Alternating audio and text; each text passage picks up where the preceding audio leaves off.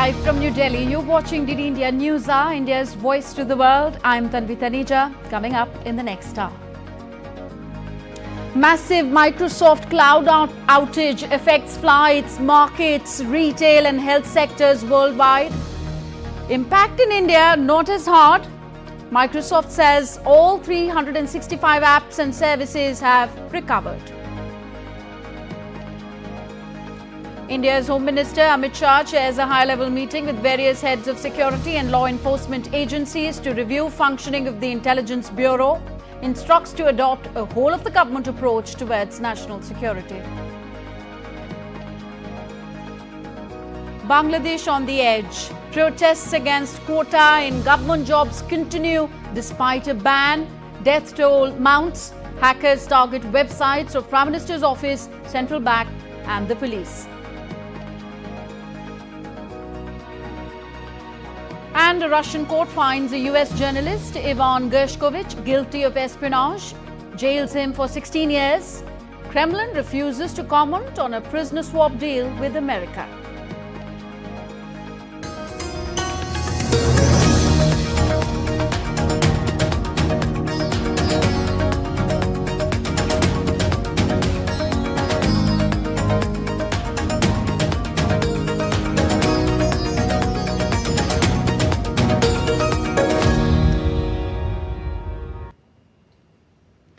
A global tech outage disrupted operations in multiple industries across the world, with airlines halting flights, some broadcasters going off air, and everything from banking to healthcare hit by system problems. While major US airlines grounded flights, other carriers and airports around the world reported delays and disruptions. Banks and hospitals from Australia to Germany warned clients about disruptions to their services. Later on, Microsoft said that the underlying cause for outage of its 365 apps and services has been fixed, but the residual impact of cybersecurity outages are continuing to affect some customers. Microsoft's IT systems were disrupted worldwide, with Windows PC failures being reported across sectors, including airlines, banks, health services, news outlets, and more. This affected the aviation industry majorly. Flyers waited in long queues, snaked through the check-in areas of Paris's Orly Airport, Netherlands' Eindhoven Airport, Amsterdam's Schiphol Airport, and Rotterdam's The Hague Airport, and Singapore's Changi Airport. Significant delays were also seen at the Bangkok Airport. Spanish airport operator AENA reported a computer systems incident at all Spanish airports which caused flight delays. At Sydney Airport, information screens showed Microsoft's blue screen of death for a few hours before coming back online to cheers and applause. It was very chaotic.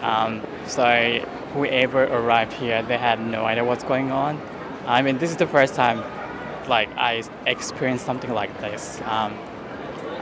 So I saw everyone checking with staff member, what's going on, what's the next move.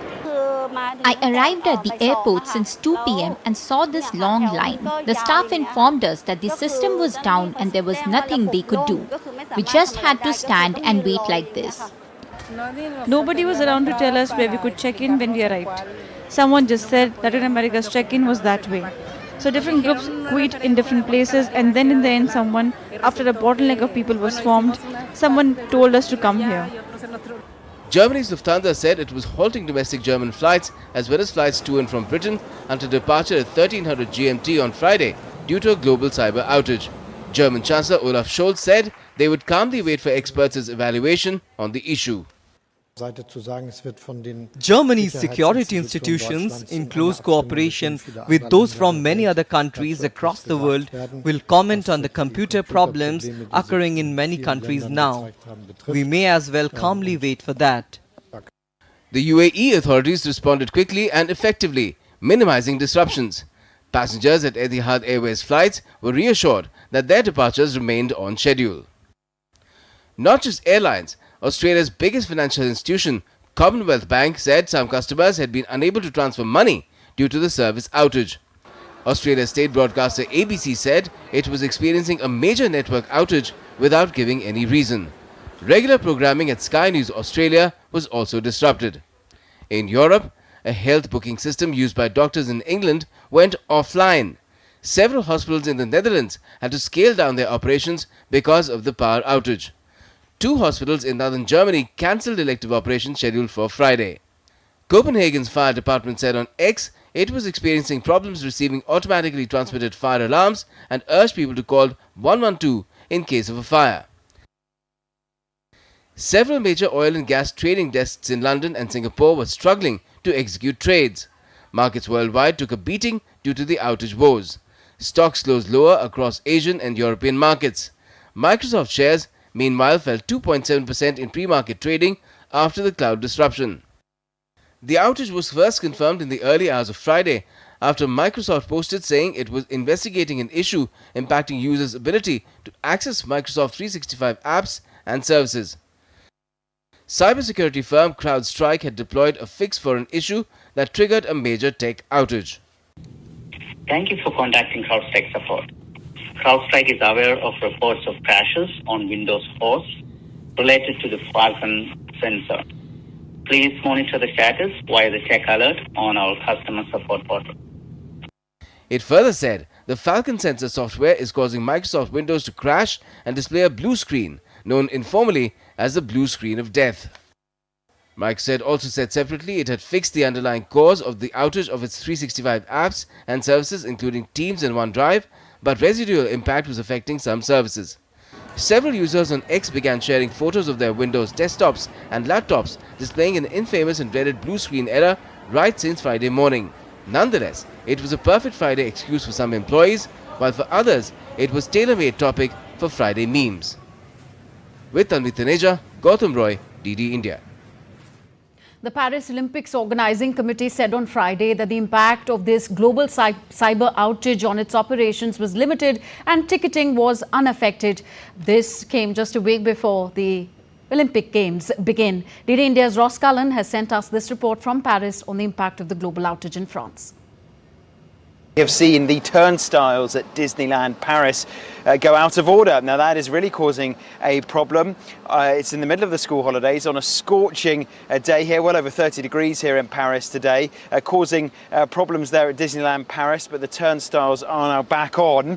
Air France, the national carrier, they also did announce that they had suffered some of their problems, serious operational issues due to the outage. Lille Airport, well, the check-in desks for the online, they went down, so everyone was having to check in by hand. There were also queues, as you pointing out, at the second biggest airport in the country at Orly. And Orange, one of the biggest mobile operators in Europe, did also announce that they had some service interruptions due to the IT outage. Now, in terms of the impact on the Olympics, it's likely to be travel where there is a bit of an effect today, because the delegations, athletes, dignitaries, some of the visitors are already starting to arrive. Orly Airport will be one of those key entry points for people coming into the Olympics. In terms of the cybersecurity and the cyber side of this, not as much of an impact as we are likely to see on the travel arrangements of people coming into Paris ready for the Olympics, which get underway officially with the sporting action next Wednesday. Okay, our correspondents Nick Harper and Stuart Smith now join us on this story. Nick is with us from Washington, D.C. and Stuart joins us from London. Hello, guys. Nick, to you first. Has the underlying cause of the blue screen of death error been fixed? Nick, we've seen Microsoft giving a statement there that all Microsoft 365 apps and services have recovered. But has the issue been totally resolved?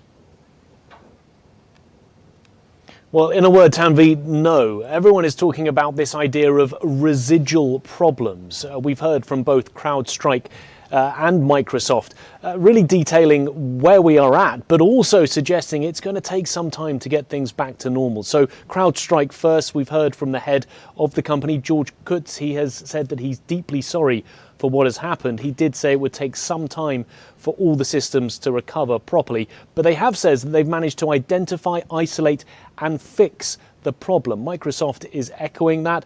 They have said that they've detected and fixed the underlying cause, but they're speaking about this idea of residual impact. And I think that will be the problem, not just for users, but all of the people right around the world, as we've been hearing over the last few minutes, who have been affected by this massive global outage. And although it may be a case that some computers will be back online quickly, some flights will be rescheduled quickly, it will be that underlying residual problem that we could potentially see for many days to come.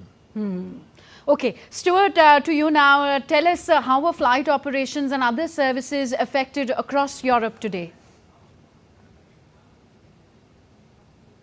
Yes, severe disruption was the experience for most travellers this morning. There are no longer, in most airports in most European countries, flights being cancelled, but the knock-on effect of those cancelled flights and ones still delayed is still causing a problem for travellers. At the most minor level, it just meant long queues, having to wait longer for flights which had been delayed, which here in the UK, for example, and in France, as we were hearing from Ross there, where the temperatures are very high, bottled water being handed out to waiting passengers who were having to read details of their flights on whiteboards rather than on the usual electronic departure screens. But in other places it was even more problematic because boarding passes had to be issued by hand. People had to check in person at the airport, contributing to those queues, and ultimately that led to cancellations for hundreds of flights here in the UK, and in most major European countries hundreds of flights as well. Okay, Nick, tell us, did this outage stress airport staff across United States, and also how will this now affect Microsoft's credibility in the future? Yeah, just on the flights, I mean, it's been a huge problem here in the United States as well. Actually, the majority of the flights impacted seem to be here in the US, hitting the big US airlines like Delta, American Airlines. It initially happened during the middle of the night when there weren't many flights. It's not quite lunchtime here in the US, and we really have seen the impact over the last few hours. Those early morning flights, those ones through the middle part of the day, many of them being cancelled or severely delayed. And yes, it's now a question of what all of this means from Microsoft and CrowdStrike. Undoubtedly, at the moment, it's all about reputational damage, and that will only get worse the longer it takes for them to fix it. But there's also the monetary damage as well. Microsoft hasn't seen its shares drop too wildly. We heard a moment ago pre-market trading was about 2.5% down. At the moment, it's only about 0.6% down. CrowdStrike, though, is much more severely impacted, currently down about 9%. That means that the company this morning, since trading opened just over 2 hours ago, has lost $8 billion, which is a huge amount of money. There will be some respite because the markets will be closed over the course of the weekend, but if this is not properly addressed, by the time we get to Monday morning, we could see even more money wiped off the value of that company. So clearly, Nick, people do know who's at fault here. Okay, Stuart, what is the status of National Health Service in Britain? Are doctors able to access systems as of now? The government was really keen to reassure people very early on when this became known that the emergency systems of the UK were still working as intended, from air traffic to control to the 999 system, the emergency services number. So police, ambulances, fire service unaffected, but GPs, which deal with the most routine issues, appointments booked for non-urgent concerns, they were affected, and prescriptions as well. So people are suffering from not being able to go to the appointments they were expecting to be able to go to, not being able to get prescriptions printed, and instead doctors having to handwrite prescriptions. But NHS services, National Health Service provision, wasn't affected to a huge degree here in the UK. Okay, thank you, Stuart. Thank you, Nick. Stuart Smith joining us from London, and Nick Harper giving us an update on the global massive IT outage from Washington, D.C. Still to come on DD India NewsHour. Donald Trump accepts the Republican Party's nomination for the US presidential election in a marathon speech. Pressure mounts on incumbent Joe Biden from top Democrats to bow out from the race. Kremlin declines to comment on the possibility of a prisoner swap with the United States involving journalist Gershkovich. And Ukrainian President Volodymyr Zelensky signs an agreement with the UK that guarantees support for Kiev's defense and industrial complex. All that and more on the other side.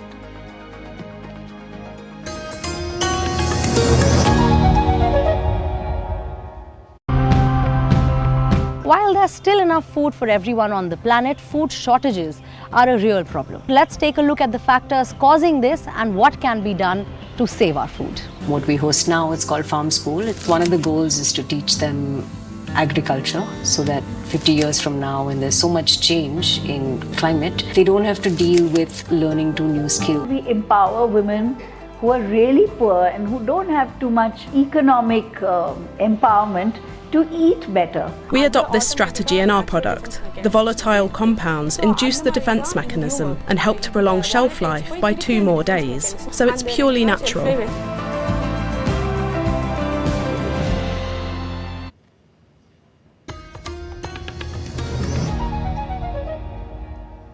Welcome back. You're watching DD India News. I am Tanvi Taneja. News from Bangladesh now. 3 people died in the country on Friday in fresh protests against quotas for government jobs.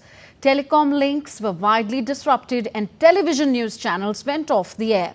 Indian High Commission in Dhaka also issued an advisory for Indian citizens and students in Bangladesh to avoid non-essential travel. Details in our next report. Bangladesh is on the edge. Friday saw fresh violent protests against controversial quota system that disrupted lives in Dhaka. After the Friday prayer, the situation in Dhaka became very tense. Dhaka Metropolitan Police banned all kinds of public gatherings for indefinite time, while 75 platoons of Border Guard Bangladesh were deployed in Dhaka. Internet and overseas telephone calls were crippled on Friday, while the websites of several Bangladesh newspapers did not update and were also inactive on social media. These angry protests have claimed nearly 24 lives this week.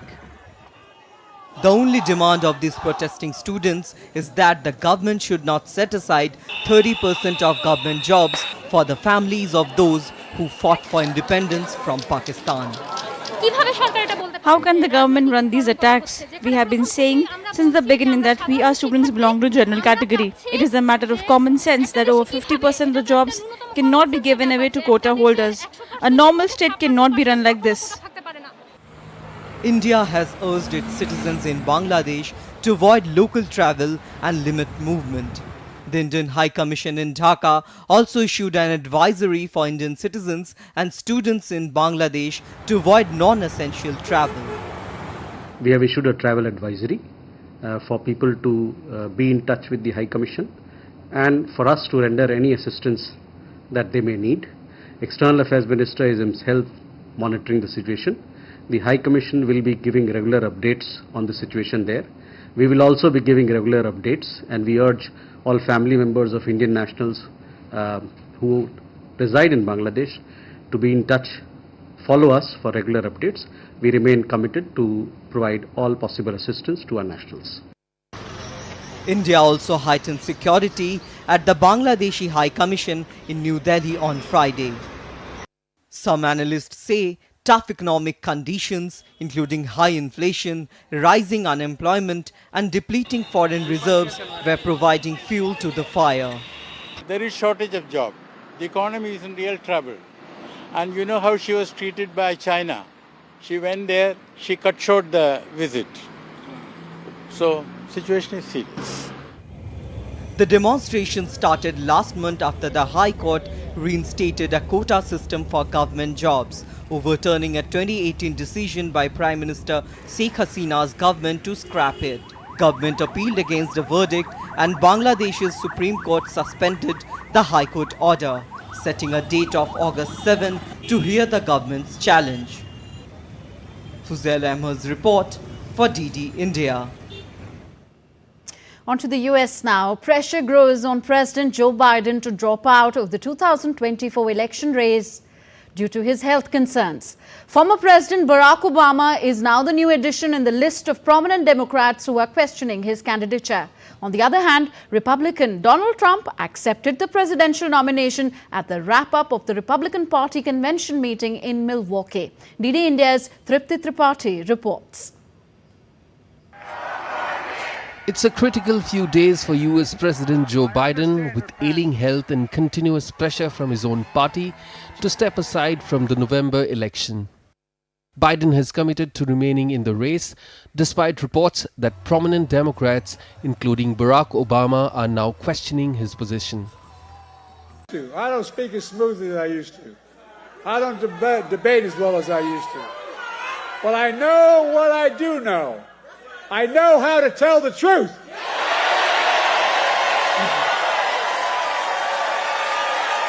I know right from wrong. And I know how to do this job. I know how to get things done.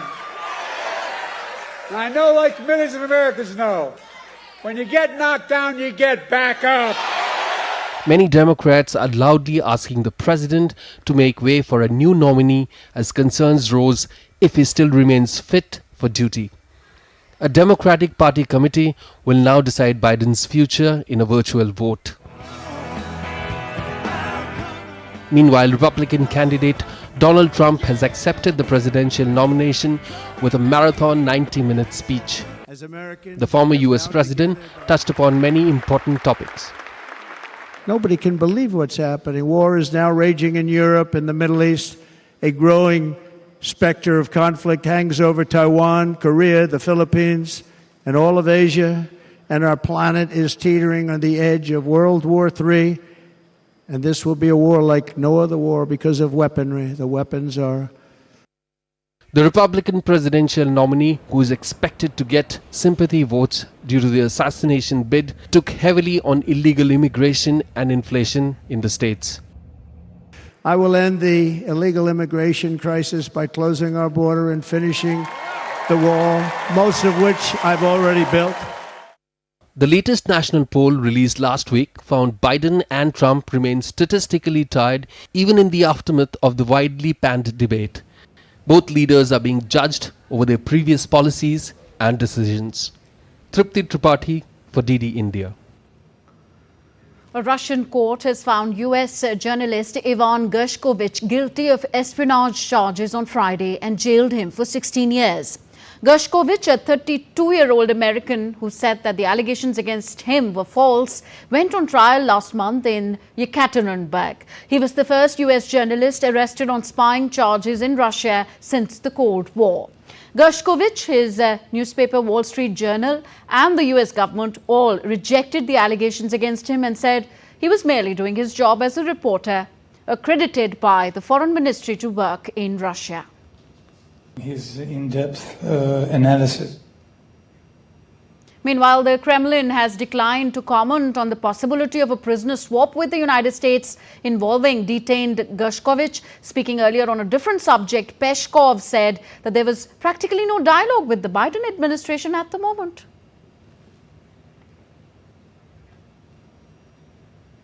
The Kremlin said on Thursday that Russia would consider any plans to establish a permanent presence of NATO warships in the Black Sea as a threat, given the alliance's involvement in the Ukraine conflict. Dasha Chernyshova filed this report from Moscow. Moscow has vowed to respond to what it calls concentrated presence of NATO warships in the Black Sea. Commenting on Ukraine's new maritime security strategy, which aims to ensure NATO's constant presence in the Black Sea, Kremlin spokesman Dmitry Peskov said Russia will do everything possible to ensure its own security. He explained that Moscow perceives NATO warships in the Black Sea as an additional threat to its security, especially given increased NATO involvement in Ukraine. The Kremlin also rejected accusations that Russia poses a threat to Europe, arguing that Moscow is defending its interests in Ukraine. Kremlin spokesman also warned that the EU is growing more militarized and confrontational. Peskov explained that EU chief Ursula von der Leyen's idea to turn the bloc into a military union once again confirms the attitude of European states towards militarization, escalating tensions, confrontation, and relying on what he called confrontational methods in their foreign policy. Peskov explained that while joint defense and security policy has always been a part of the EU integration process, it has never been the bloc's main direction of development. Dasha Chernashova, reporting in Moscow for DD India. Meanwhile, India's Foreign Minister Dr. S. Jaishankar had a conversation with Ukrainian Foreign Minister Dmitry Kuleba on Friday. The two leaders spoke on further developing bilateral relationship between the two countries. Afternoon, External Affairs Minister spoke to the Foreign Minister of Ukraine and discussed bilateral issues of mutual interest. As far as the question about Yeshi, you had a related question on Ukraine. Another ferry flight of Air India AI-1179 has departed from Mumbai to ferry the stranded passengers of the AI-183 flight at the Krasnoyarsk airport of Russia with sufficient food and other essentials. Flight AI-183, operating on Delhi to San Francisco route, had made an emergency landing at Russia's Krasnoyarsk International Airport around midnight local time, citing security concerns. Representatives from the Indian consulate in Moscow have been working with the Russian authorities to provide support to the stranded passengers. A dedicated hotline has also been set up by the operator in case of an inquiry. And next we take a look at other stories making news around the world. India's Foreign Secretary Vikram Misri arrived in Paro, Bhutan for an official visit from July 19th to July 20th. The visit is in keeping with the tradition of regular high-level bilateral exchanges and will provide an opportunity to the two sides to review the entire gamut of bilateral ties. Wall Street's main indices fell during opening trade on Friday as investors shifted away from chip and mega cap tech stocks. They were also assessing the effects of the global tech outage. Wife of Spanish Prime Minister Begoña Sanchez appeared before a judge on Friday but declined to give answers to questions regarding corruption and peddling accusations. Prime Minister Pedro Sanchez has denied these allegations, calling them politically motivated. In Spain, police and emergency workers assisted dozens of exhausted migrants, including a baby, who arrived on a beach in the Gran Canaria island on a wooden boat from North Africa. Compared to 2023, the Canary Islands have seen an increase of more than 160% in arrivals over the same period this year. Still to come on DD India NewsHour.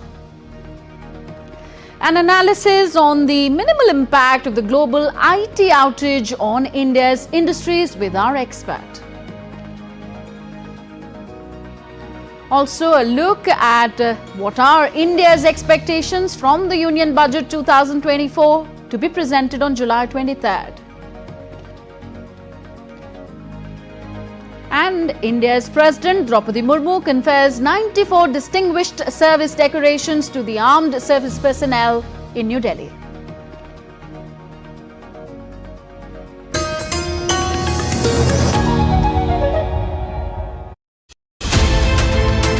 What are the strategic implications of China's slowdown? Why is China not able to reverse its slowdown? And what will this do to China's behavior in the world? The Chinese will continue to look at India as an obstacle. So we have to understand that that is going to continue. But you know, it's not as if the Chinese hold all the cards. We can also decide for ourselves by our own actions how we can make the most of it. If China is under pressure from the Americans and the Europeans, how can we take advantage of it?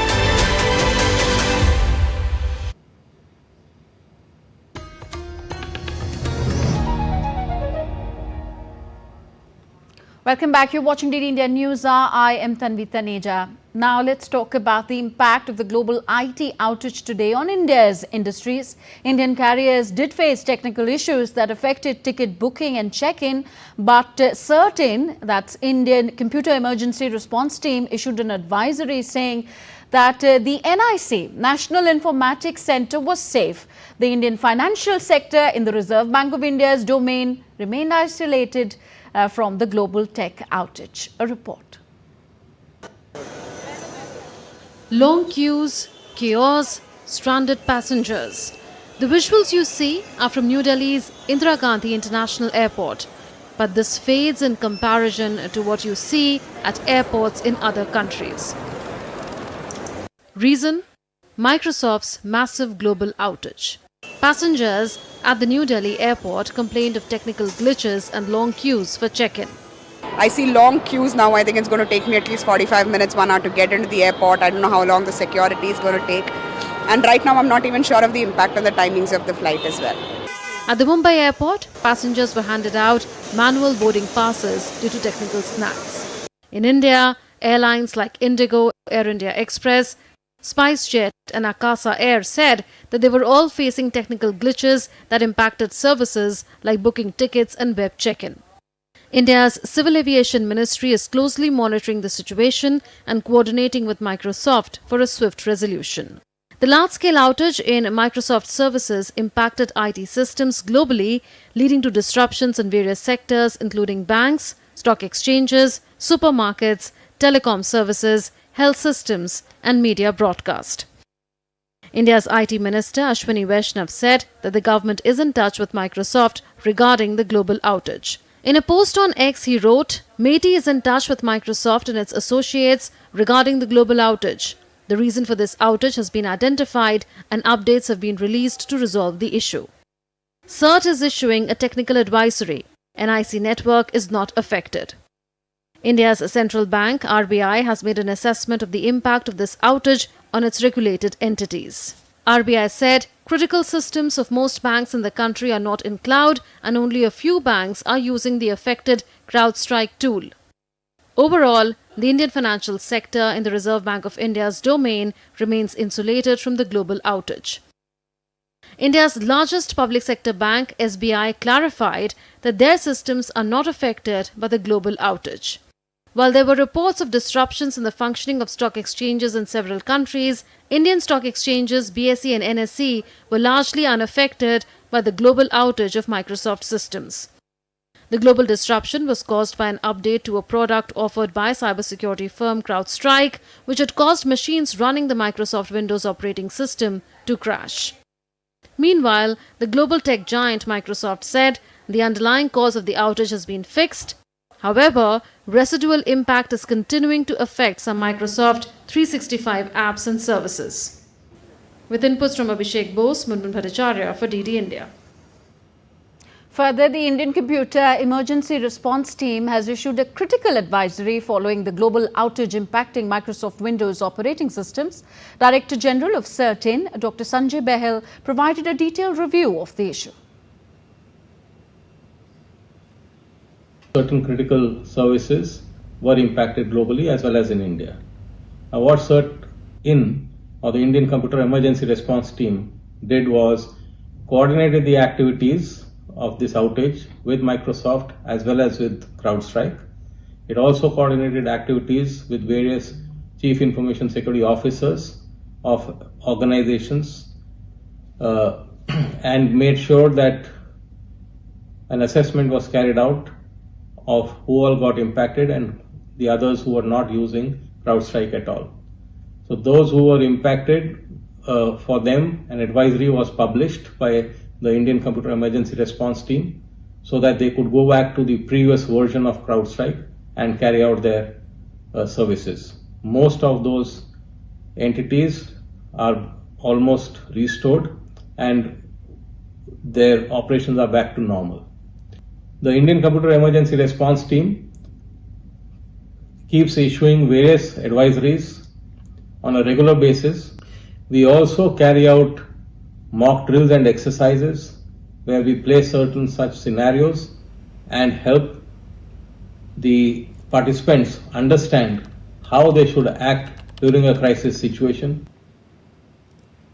And now we are joined by Abhishek Singh, Additional Secretary in India's Ministry of Electronics and Information Technology. Welcome, sir, to the program. Should we be surprised at today's tech outage? Was it a disaster, if one can call it a disaster, waiting to happen? See, like more than calling it a disaster, I think that there's a lot of lessons over here. Like the more and more we use technology, the more and more we rely on it. While on one hand, it results in a lot of convenience. It helps in so many systems becoming more efficient, and we all become very dependent on that. But we should also be aware of the risks that are there. And we should always, whenever we use technology in such a large way, especially for interconnected systems, infrastructure systems, airports, banks, financial systems, then we should have a resilience policy. We should have some means to fall back on what happens if something goes wrong. So if that plan is there, then we will be okay. And the second thing that we need to do is to always be aware of what are the advisories being used, what are the systems that are we dependent on, and how they can be made more safe and more secure. And the third thing that I would like to mention is that whichever companies are installing these, whether it's CrowdStrike or whether it's Microsoft, normally the standard operating procedures require them to do a fair level of testing and before they actually deploy something in the production environment. So when we need to get into the greater details with regard to how this happened, whether there's some flaw in testing or something went wrong, something was done in a rush, why did this update result in what happened? So if proper testing and studies were done before deployment, this should not have happened. So for future, there are a lot of lessons to be learned over here. Okay, apart from the inconvenience and delays caused by the global outage, how serious could be its financial and economic cost to companies? Also, sir, your concerns about work in some hospitals being affected, as we saw in Germany, also in Britain. See, whenever any services are disrupted, for example, if airlines are not able to operate or banks are not able to operate or any transportation services are disrupted or media channels are disrupted, then there's definitely a financial cost to it. So one needs to always be aware that if something is going wrong, if one set of systems is going wrong, do we have any other system to fall back on? In most data centers and all, they are always set up data recovery centers so that if something goes wrong, operations shift to that center. But in this case, since it was mainly with regard to the Falcon endpoint security that the CrowdStrike had installed on so many systems, what happened was that the compute capacity of all the systems went beyond 100%, and this led to the blue screen of death showing up, and this led to users not being able to access services.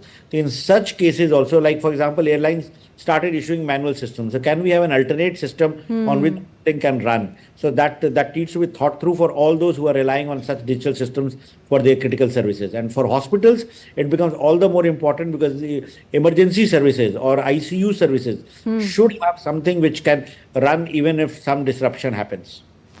And interestingly, in India, the two principal stock exchanges, the Bombay Stock Exchange and the National Stock Exchange, were not affected. And India's banking sector was also largely unaffected by this outage. Why is that?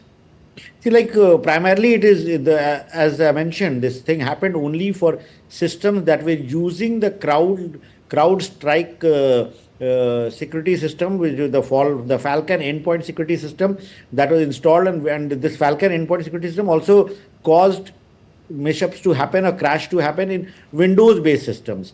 So like, for example, the government IT system, the NIC system is not dependent on CrowdStrike's Falcon endpoint security system, so nothing happened. Similarly, I believe what I think would have happened is that the Bombay Stock Exchange, the National Stock Exchange must also be using some other endpoint security system which ensured that these systems were safe and secure.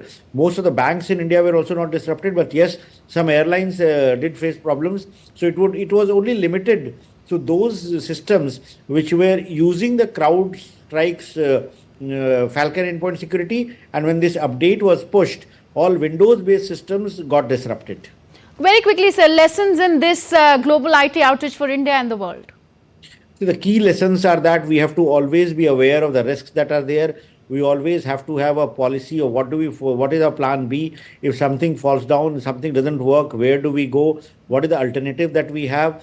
Third is that we have to always be aware of the advisories that the certain issues, certain is the India's cybersecurity agency, the incident response system that team does.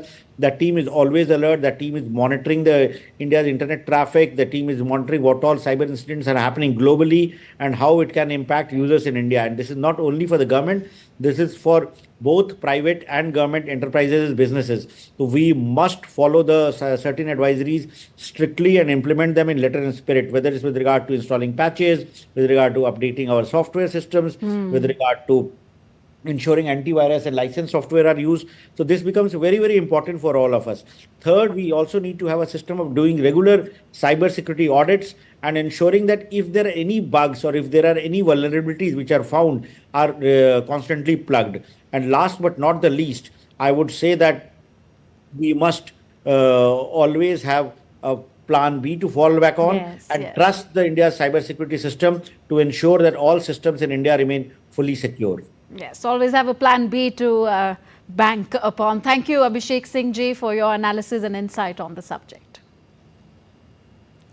India's Reserve Bank of India Governor Shaktikant Das on Friday raised concerns over slower deposit mobilization compared to credit growth, as it may create structural liquidity issues.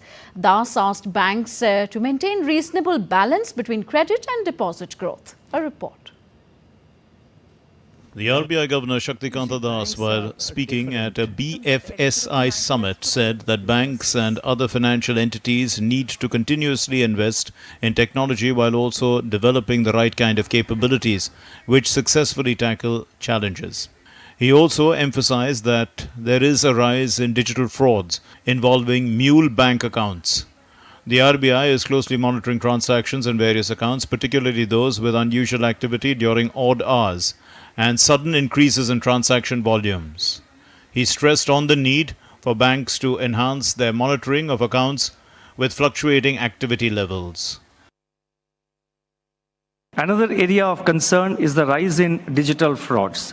Though many of such frauds are due to various social engineering attacks on customers, there is also a rapid increase in use of mule bank accounts to perpetrate such frauds. This exposes the bank not only to serious financial and operational risk, but also to reputational risks.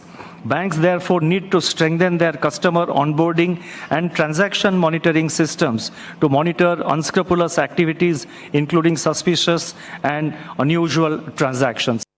Governor Das said managing liquidity and credit risk, deposit mobilization, lagging credit growth, and the share of bank deposits declining with more households turning to other avenues of savings are among the major issues across the banking system currently.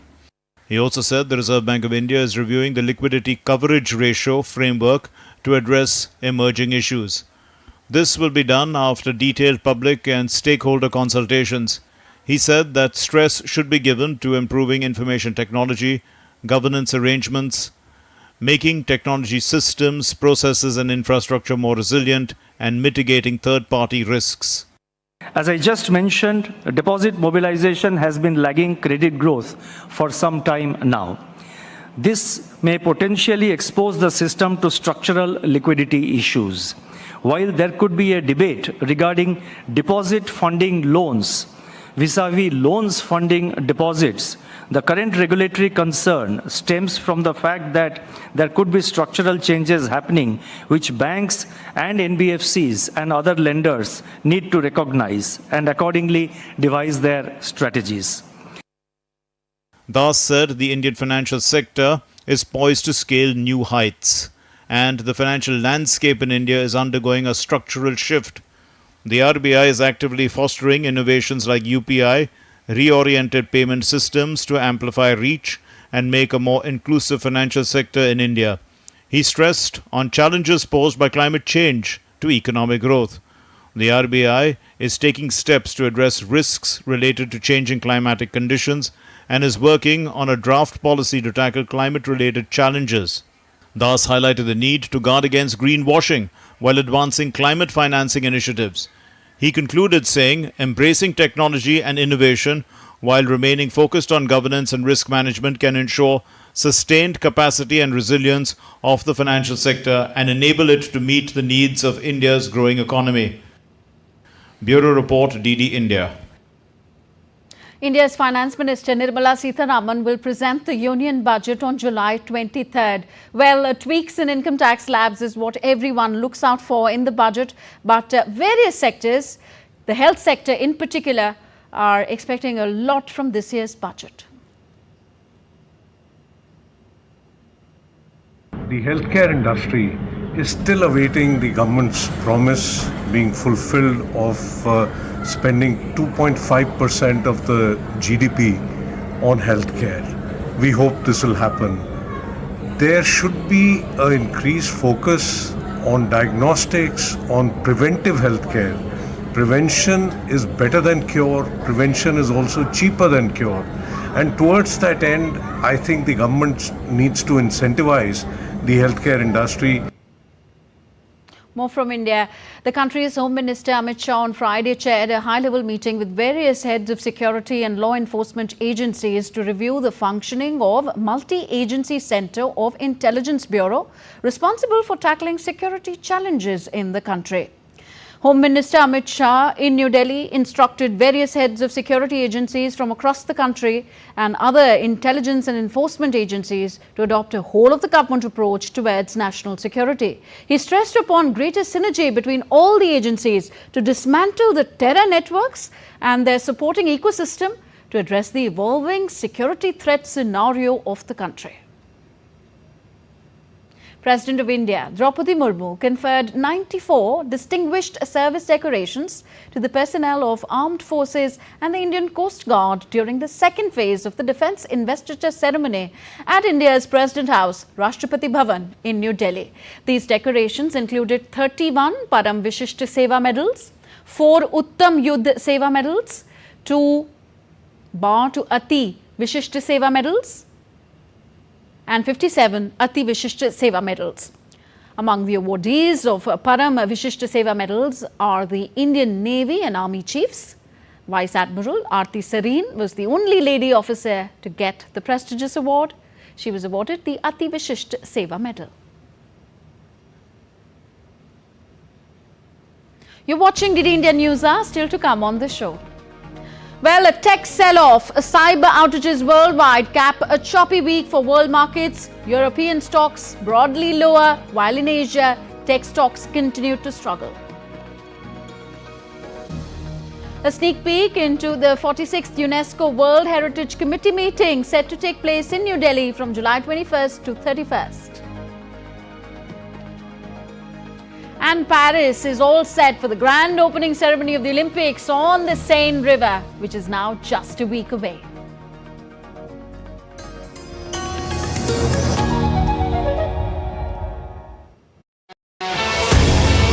As the world gears up for the biggest sporting extravaganza, Olympics 2024, we at DD India are all set to bring you reports, reactions and all the latest action from Ground Zero. Watch DD India's super exclusive show, Cheer for Bharat. Only on DD India from July the 22nd at 6:30 p.m. IST, 1 p.m. GMT. Get ready to cheer for Indian athletes at the Paris Olympics 2024.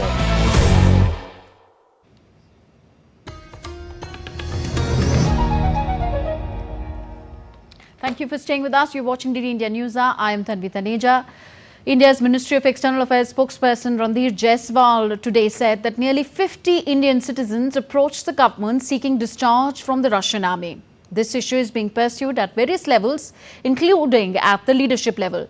Prime Minister Narendra Modi raised the matter during his recent visit to Russia and received a positive response from the Russian side. As per our understanding, and this is based on the family members and Indian nationals themselves who've got in touch with us. We have about 50 Indian nationals who've gotten in touch with us who want to be discharged. Their family members also met us. This particular issue has been raised by us at all levels, including at the leadership level. This issue was also taken up by a Prime Minister when he met President Putin during the annual summit. The Russian side has responded positively. We are both working for early discharge of our Indian nationals, and hopefully we'll get our Indian nationals they'll come back home soon. India's Ministry of Minority Affairs is holding a fortnight-long Jan Samman Parve in New Delhi. The event was inaugurated by Union Minister for Minority Affairs Kiran Rijiju as part of the government's first 100 days program. The celebration is being held in the national capital's Delhi heart. This is to honour and give employment opportunities to hundreds of artisans from across the country. On the occasion, Kiran Rijiju said that the government is committed to the development of the minority community. मुझे अच्छा लगा कि इतने लोग भारत के अलग अलग जगह से लोग आए हैं और यहाँ अपना हुनर, अपना जो आइटम्स है, यह दिल्ली हाट में 10 दिन का ये पर्व है और यहाँ सबको एक अच्छा मौका मिला और लोग बहुत उत्साहित भी हैं। मोदी जी का सबका साथ सबका विकास ये हमारा मंत्र है काम करने का, जिसमें अल्पसंख्यक समुदाय को हम पूरी तरह एकजुट में, जैसे हमारे बाकी लोग हैं, सब एक तरीके से आगे बढ़ना चाहिए, मौका हर एक को मिलना चाहिए, इस सोच के साथ काम कर रहे हैं। The Confederation of Indian Industry, CII, has launched a report on mapping India's corporate health and wellness landscape in collaboration with the healthcare platform MediBuddy during the 3rd CII Digital Health Summit. Union Health Secretary Apurv Chandra launched the report. This report highlights India's digital healthcare initiatives and the crucial role of technology startups and government's approach in driving growth. It emphasizes the importance of workplace wellness and enhancing employee satisfaction across organizations. Global stocks retreated from all-time highs on Friday as investors sold off high-flying mega-cap stocks. The global cyber outage disrupted services across industries, from airlines to banks, capping off a wild and volatile week in the markets. US stock futures dropped, signaling another day of losses on the Wall Street after all three major indices fell on Thursday. European stocks slid across the board and Asian tech stocks extended their losing streak, deepening the global market slump. So MSCI's World Stock Index fell to a 2-week low, retreating further from a record high hit earlier this month. The 46th UNESCO World Heritage Committee meeting is set to take place in New Delhi from July 21st to 31st. This will witness archaeologists and culture ministers from across the globe descending to India's capital. This prestigious event will be held at the Bharat Mandapam, bringing together delegates from around the world to discuss and deliberate on the preservation of cultural and natural heritage sites. A report by Dibendu Mondal. The 46th UNESCO World Heritage Committee meeting is set to unfold in the heart of India's capital, New Delhi. This committee meeting is a cornerstone event where experts and delegates from around the globe converge to evaluate the state of existing World Heritage sites and consider new nominations. It is a significant gathering uniting nations in their shared commitment to preserving humanity's most treasured cultural and natural heritage. The process is rigorous, involving detailed assessments and reviews to ensure that only sites of outstanding universal value make it to the prestigious list. In this session, the committee will examine the dossiers of 28 sites proposed for inscription on the World Heritage List. The sites will be examined according to category: natural, mixed and cultural. ये जो बैठक यहाँ दिल्ली में आगामी 21 तारीख से 31 तारीख तक आयोजित होगी, इस बैठक में जो अब तक साइट्स ऐसी चुनी गई हैं जिनके बारे में मैंने आपसे निवेदन किया, उनके अपकीप, मेंटेनेंस, रखरखाव के बारे में तो चर्चा होगी, उनका फर्दर इवैल्यूएशन होगा ही। जहां कमी रही है वहां उसे अलर्ट करने की दिशा में भी अलर्ट्स भी इशू किए जाएंगे, लेकिन साथ साथ ही जो नए डोजियर समिट हुए हैं उनकी समीक्षा होकर के नई ऐतिहासिक वैश्विक धरोहरों को जो है सूचीबद्ध करने का काम भी इस बैठक में होने वाला है। India proudly boasts 40 UNESCO World Heritage sites, each telling a unique story of our rich history and natural splendor. From the majestic Taj Mahal in Agra, the architectural marvel of Hampi in Karnataka, to the serene Sundarbans National Park in West Bengal, these sites are a testament to India's diverse heritage. This time, India has nominated the Moidams, the mound burial system of the Ahom dynasty of Assam, to be inscribed into the prestigious list. UNESCO World Heritage Sites represent the pinnacle of cultural and natural heritage. The first World Heritage Sites were designated in 1978, and since then, the list has grown to include over 1,100 sites globally. However, to get to this list is a meticulous process, followed by rigorous evaluation by expert advisory bodies. Each site should demonstrate outstanding universal value, integrity, and authenticity. The final decision rests with the World Heritage Committee during its annual meeting. Dibyendu Mondal's report for DD India. And time now for some sporting action. India defeated Pakistan by 7 wickets in their Women's Asia Cup T20 match at Sri Lanka's Dambulla on Friday. Shafali Verma and Smriti Mandhana added 85 runs for the first wicket partnership while chasing 109 against the arch rivals. Earlier, Deepti Sharma picked 3 wickets. Pooja Vastrakar, Renuka Singh and Shreyanka Patil took 2 each as India bowled out Pakistan for 108. India's Union Minister of Youth Affairs and Sports, Dr. Mansukh Mandavia, along with other members of the Parliament, launched the grand opening ceremony of Phase 2 of Khelo India Rising Talent Identification Kirti program. The Khelo India Rising Talent Identification program aims to develop an integrated talent identification architecture based on modern information and communication technology tools and the best global practices. And the Paris Olympics opening ceremonies organizers have said that the event on the 26th of this month will be a joyful, daring, a typical show in which artists and athletes will together celebrate Paris along the river Seine.